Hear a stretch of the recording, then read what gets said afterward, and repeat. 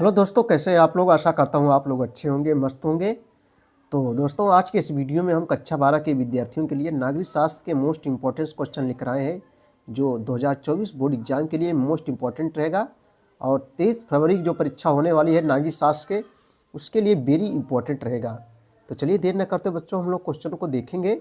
हर एक टॉपिक से जो है, हर एक चैप्टर से क्वेश्चन हम लाए हैं बच्चों। यह जो है NCERT रहेगा और सभी बोर्ड के स्टूडेंट्स के लिए इम्पोर्टेंट रहेगा। तो चलिए, पहला क्वेश्चन आपके सामने है कि यूरोपीय संघ की स्थापना जो है कब हुई थी। यूरोपीय संघ की स्थापना जो है कब हुई थी, 4 ऑप्शन आपके सामने दिया गया है। तो यूरोपीय संघ की स्थापना बच्चों 1992 ईस्वी में हुई थी। अगला क्वेश्चन देखेंगे हम लोग। आसियान यानी दक्षिण पूर्वी एशिया के राष्ट्रों का संगठन की स्थापना 1967 में हुई। इस संगठन का एक सदस्य है थाईलैंड, न्यूजीलैंड, ऑस्ट्रेलिया, इनमें से कोई नहीं। तो सही जवाब बच्चों जो है क्या हो जाएगा, यहाँ ए हो जाएगा थाईलैंड। क्या हो जाएगा, थाईलैंड हो जाएगा। अगला क्वेश्चन देखेंगे हम लोग कि निम्नलिखित में से कौन सा देश आसियान का सदस्य नहीं है। निम्नलिखित में से जो है कौन सा देश आसियान का जो है सदस्य नहीं है। इंडोनेशिया, मलेशिया, थाईलैंड, संयुक्त राज्य अमेरिका। तो सही जवाब दोस्तों क्या हो जाएगा, आपको बताना है। सही जवाब यहाँ जो है डी हो जाएगा, संयुक्त राज्य अमेरिका हो जाएगा। अगला क्वेश्चन देखेंगे कि निम्नलिखित में से कौन सा देश आसियान का सदस्य देश है। निम्नलिखित में से कौन सा देश आसियान का सदस्य देश है। Bharat, France, Thailand, Indonesia. तो सही जवाब दोस्तों क्या हो जाएगा, कह रहा है निम्नलिखित कौन सा देश आसियान का सदस्य देश है। आसियान क्या है बच्चों, एक क्षेत्रीय संगठन है। निम्नलिखित में से कौन सा देश आसियान का सदस्य देश है। सही जवाब जो है डी हो जाएगा, इंडोनेशिया, जिसकी राजधानी कहाँ है भैया, जाकार्ता है। अगला क्वेश्चन बच्चों जो अतिलघुत्तरीय प्रश्न है कि चीन किस महाद्वीप में स्थित है। तो बच्चों चीन जो है एशिया महाद्वीप में स्थित है। अपना भारत किस देश में है, किस महाद्वीप में जो है, एशिया महाद्वीप में ही स्थित है। तो चीन जो है किस महाद्वीप में स्थित है, तो एशिया महाद्वीप में है। देखो एशिया महाद्वीप में बहुत सारे देश हैं। चलो बच्चों, अगला क्वेश्चन हम लोग देखते हैं कि अपनी आर्थिक व्यवस्था सुधारने के लिए चीन द्वारा उठाए गए किन्हीं 2 कदमों का उल्लेख कीजिए। अगला क्वेश्चन जो है वेरी इंपॉर्टेंट क्वेश्चन है, मोस्ट इम्पॉर्टेंस। लगातार कई वर्षों परीक्षाओं में पूछा जा रहा है दोस्तों कि अपनी आर्थिक व्यवस्था सुधारने के लिए चीन द्वारा जो है उठाए गए किन्हीं 2 कदमों का जो है उल्लेख कीजिए। आइए इसके उत्तर हम लोग देखते हैं। देखो चीन ने 1972 में अमेरिका से संबंध स्थापित करके, नंबर 1 लिखेंगे हम लोग। चीन ने 1972 में अमेरिका से संबंध स्थापित करके राजनीतिक एवं आर्थिक एकांतवास को जो है समाप्त किया। नंबर 2, 1978 में देंग सियाओपेंग ने चीन में आर्थिक सुधारों और खुले द्वार की जो है नीति को अपनाया। चलिए अगला क्वेश्चन देखेंगे हम लोग। चलिए अगला क्वेश्चन बच्चों वो विकल्पीय प्रश्न है। निम्न में से कौन सा देश दक्षिण एशिया में शामिल है। भारत, श्रीलंका, पाकिस्तान, उपयुक्त सभी। कह रहा है कौन सा देश दक्षिण एशिया में शामिल। दक्षिण एशिया बोले तो मान लीजिए ये बच्चों एशिया महाद्वीप है, इसके जो है दक्षिण दिशा को जो है दक्षिण एशिया कहेंगे। निम्न में से कौन सा देश दक्षिण एशिया में शामिल है। भारत, श्रीलंका, पाकिस्तान, उपयुक्त सभी। तो यहाँ डी हो जाएगा, उपयुक्त सभी हो जाएगा। यानी पाकिस्तान भी शामिल है भैया, भारत भी शामिल है, श्रीलंका भी शामिल है।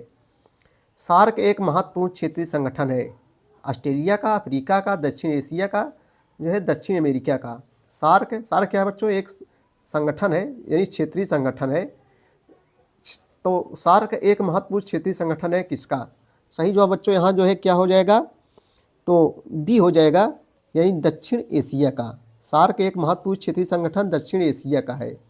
अगला क्वेश्चन देखेंगे हम लोग जो है कि 14वें सार्क सम्मेलन में किस देश को सार्क में शामिल किया गया। 14वें सार्क सम्मेलन में किस देश को जो है सार्क में जो है शामिल किया गया। तो सही जवाब यहाँ हो जाएगा अफगानिस्तान। क्या हो जाएगा भैया, अफगानिस्तान हो जाएगा। अफगानिस्तान जिसकी राजधानी काबुल है। चलो अगला क्वेश्चन देखेंगे, सार्क की स्थापना कब की गई। सार्क की जो है स्थापना जो है कब की गई, 1990 में, 1980 में, 1985 में, 1979 में। तो भैया सही जवाब क्या हो जाएगा, बी हो जाएगा, 1985 ईस्वी में। बच्चे सार्क की स्थापना जो है कब की गई, 1985 में। सार्क का मुख्यालय कहाँ है, काठमांडू में है। टोटल इसमें जो है 8 देश हैं। ये क्षेत्रीय संगठन देखो तो जो क्षेत्रीय संगठन होते हैं उनमें कम देश होते हैं, और जो अंतर्राष्ट्रीय संगठन होते हैं उसमें ज़्यादा देश होते हैं। जैसे संयुक्त राष्ट्र संघ है, संयुक्त राष्ट्र संघ दुनिया का सबसे बड़ा अंतर्राष्ट्रीय संगठन है। तो सार्क क्या है? एक क्षेत्रीय संगठन है, इसमें 8 देश हैं। इसका मुख्यालय जो है नेपाल की राजधानी काठमांडू में है और इसकी स्थापना जो है 1985 ईस्वी में हुई थी। आगे देखेंगे हम लोग भैया। अगला क्वेश्चन है कि निम्नलिखित में से किस वर्ष भारत में एशियाई संबंध सम्मेलन आयोजित किया गया? निम्नलिखित में से किस वर्ष भारत में एशियाई संबंध सम्मेलन आयोजित किया गया? 1945, 1946, 1947, 1948। सही जवाब जो है सी हो जाएगा 1947 ईस्वी में। निम्नलिखित में से कौन सा देश डचेस का सदस्य नहीं है? भूटान, मालदीव, म्यांमार, श्रीलंका। पूछ रहा है कि निम्नलिखित में कौन सा देश डचेस का सदस्य नहीं है? तो बच्चों सही जवाब यहाँ सी हो जाएगा जो है म्यांमार। म्यांमार ये देश नहीं है। चलिए अगला क्वेश्चन हम लोग देखेंगे। दक्षिण एशिया मुक्त व्यापार क्षेत्र समझौता कब से प्रभावी हुआ? दक्षिण एशिया मुक्त व्यापार क्षेत्र समझौता कब से प्रभावी हुआ? पहला ऑप्शन है कि 1 जनवरी 2006 में, दूसरा ऑप्शन है कि 1 जनवरी 2002 में, तीसरा ऑप्शन है 1 जनवरी 2004 में, चौथा ऑप्शन है 1 जनवरी 2005 में। यहाँ 4 ऑप्शन दिए गए बच्चों। सही जवाब क्या हो जाएगा? पहला हो जाएगा 1 जनवरी 2006 में। 1 जनवरी 2006 में कह रहा है दक्षिण एशिया मुक्त व्यापार क्षेत्र समझौता कब से प्रभावी हुआ? तो 1 जनवरी 2006 से जो है प्रभावी हुआ। सही जवाब यहाँ जो है ये हो जाएगा।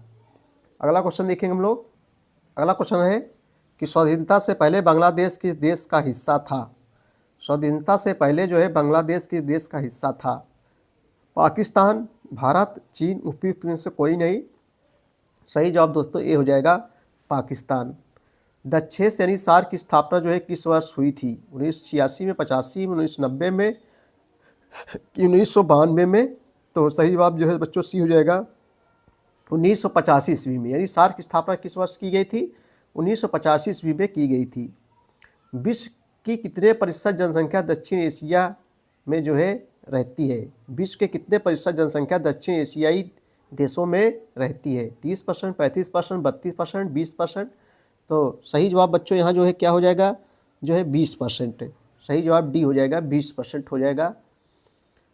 अगला क्वेश्चन देखेंगे हम लोग जो है, नेपाल में राजतंत्र कब समाप्त हुआ? 28 मई 2008 को, 28 जून 2007 को, 25 अप्रैल 2009 को, 21 मार्च 2006 को।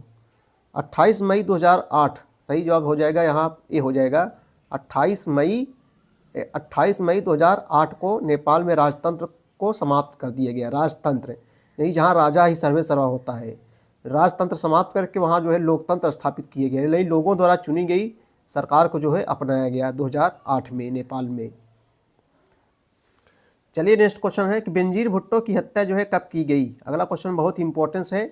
बेनजीर भुट्टो की हत्या कब की गई? तो बेनजीर भुट्टो की हत्या जो है 27 दिसंबर 2007 को जो है की गई। चलिए अगला क्वेश्चन देखेंगे। लघु उत्तरीय प्रश्न है, मोस्ट इंपॉर्टेंट क्वेश्चन। राज्यों में राष्ट्रपति शासन से क्या अभिप्राय है बच्चों? राज्यों में राष्ट्रपति शासन से क्या अभिप्राय है? तो आप लोग समझिए पहले इसको। राज्यों में राष्ट्रपति शासन जब कब लागू होता है?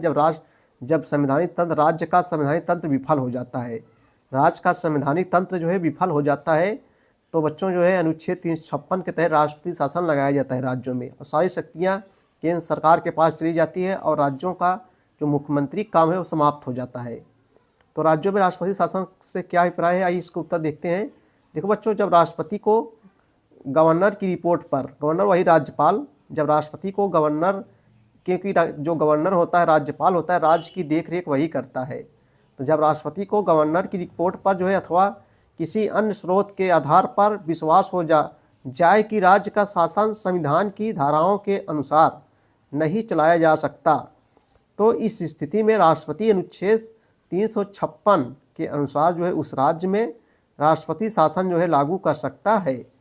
राष्ट्रपति शासन लागू कर सकता है। इस घोषणा से राष्ट्रपति राज्य की सरकार के उच्च न्यायालय को छोड़कर अन्य किसी अधिकारी के सब या कोई भी कार्य अपने जो है हाथ में ले सकता है। यानी सारी शक्तियां बच्चों जो है केंद्र सरकार के हाथों में चली जाती है।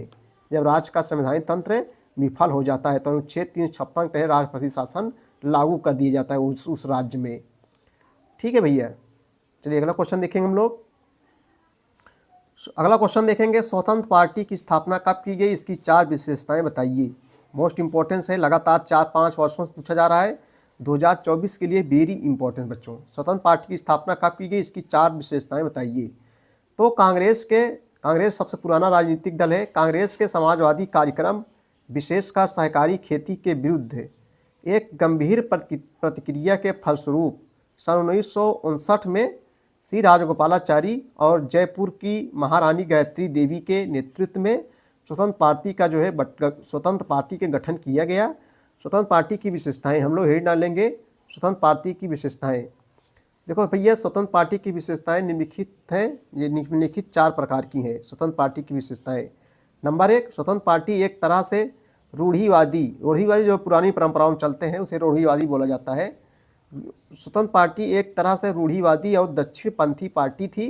नंबर 2, स्वतंत्र पार्टी ने सदैव कम्युनिस्ट पार्टी का विरोध किया। स्वतंत्र पार्टी ने सदैव कम्युनिस्ट पार्टी का विरोध किया। नंबर 3, इसने कांग्रेस के समाजवादी कार्यक्रम का विरोध किया। इसने कांग्रेस के समाजवादी कार्यक्रम का विरोध किया। नंबर 4, स्वतंत्र पार्टी का मूल मंत्र या मुक्त अर्थव्यवस्था, मुक्त बाजार और मुक्त व्यापार। मुक्त अर्थव्यवस्था किसे कहते हैं, जिसमें आयात निर्यात नहीं लगाया जाता है, उसे मुक्त अर्थव्यवस्था कहते हैं। तो स्वतंत्र पार्टी का मूल मंत्र या मुक्त अर्थव्यवस्था, मुक्त बाजार और मुक्त व्यापार। अगला क्वेश्चन दोस्तों हम लोग देखेंगे। अगला क्वेश्चन वेरी इंपॉर्टेंट क्वेश्चन कि नक्सलवादी आंदोलन पर एक संक्षिप्त लेख लिखिए। अगला क्वेश्चन आपके सामने जा रहा है बच्चों, बहुत इंपॉर्टेंट क्वेश्चन है कि नक्सलवादी आंदोलन पर एक संक्षिप्त लेख लिखिए। चलिए इसका उत्तर हम लोग देख लेते हैं। देखो, पश्चिम बंगाल के पर्वतीय जिले दार्जिलिंग के नक्सलवादी पुलिस थाने के क्षेत्र में 1969 में एक किसान विद्रोह उठ खड़ा हुआ और इस आंदोलन को नक्सलवादी आंदोलन के नाम से जाना जाता है। नक्सलवादी आंदोलन के नाम से जाना जाता है। और इस पार्टी ने क्रांति करने के लिए, क्रांति में होता है एकाएक बदलाव, इस पार्टी ने क्रांति करने के लिए गुरिल्ला युद्ध की। गुरिल्ला युद्ध मतलब जो छुप कर वार करते हैं। तो बच्चों, इस पार्टी ने क्रांति करने के लिए गुरिल्ला युद्ध की रणनीति अपनाई। और नक्सलवादी आंदोलन ने धन संपन्न भूस्वामियों से बलपूर्वक जमीन छीनकर निर्धन और भूमिहीन लोगों को दे दी। यानी जो अमीर लोग थे, जिसके पास ज़्यादा खेत वगैरह था, जो धनी लोग थे, उनसे छीनकर निर्धन और भूमि लोगों को दे दी। इस आंदोलन के समर्थक अपने राजनीतिक लक्ष्यों को प्राप्त करने के लिए हिंसक साधनों का उपयोग करने के पक्ष में दलील देते थे। बाद में यह आंदोलन देश के कई निर्धन और आदिवासी क्षेत्रों में धीरे धीरे क्या हो गया बच्चों, फैल गया। इसी कहते हैं नक्सलवादी आंदोलन कहते हैं। अगला क्वेश्चन देखेंगे हम लोग।